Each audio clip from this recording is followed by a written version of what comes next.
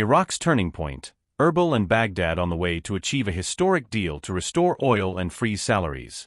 Today we bring you a crucial update that could redefine the economic and political landscape of Iraq. A possible historic agreement between Erbil and Baghdad promises not only to resume oil exports from the Kurdistan region, but also to put an end to a crisis that directly affects thousands of families: the delay in the payment of salaries to regional civil servants. Stay with me until the end, because I will detail the strategic impact of this negotiation and what it means for the future stability of the country, an insight you won't find in the major newspapers. According to parliamentarian Shwan Mohammed, the talks have made significant progress, and there is a good chance that the agreement will be officialized soon. The plan calls for Kurdistan's oil to be exported again through the State Organization for Oil Marketing, known as SAMO. This means a stronger integration between regional revenues and the federal budget. The new arrangement also establishes that the central government's Ministry of Finance will be responsible for directly paying the amounts owed to oil operating companies. In addition, guarantees were discussed to avoid any future blockage or interference in the flow of exports, bringing legal and operational security to the process.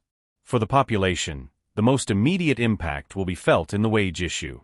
The success of this agreement could resolve once and for all the crisis that has been afflicting civil servants in Kurdistan for months, victims of successive delays.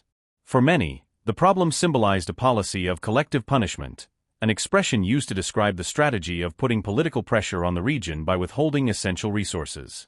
With elections approaching, there is a clear interest among Iraq's top leaders in showing strength and stability.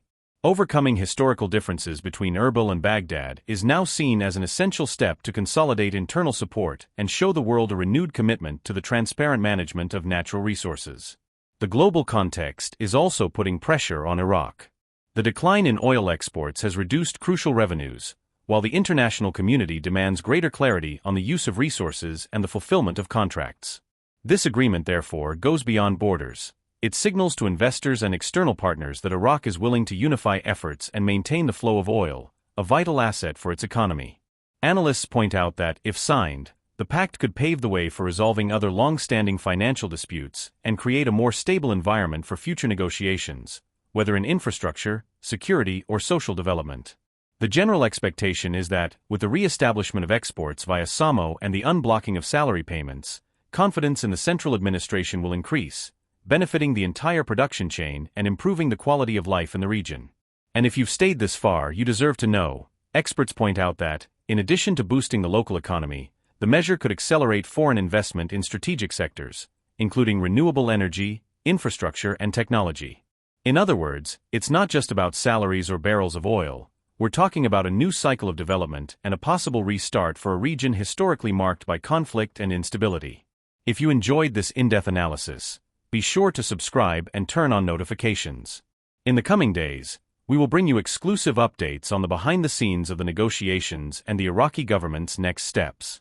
This is your chance to see firsthand how political decisions can transform entire economies and change lives. Thank you for watching until the end. And remember, quality information is power. See you in the next video.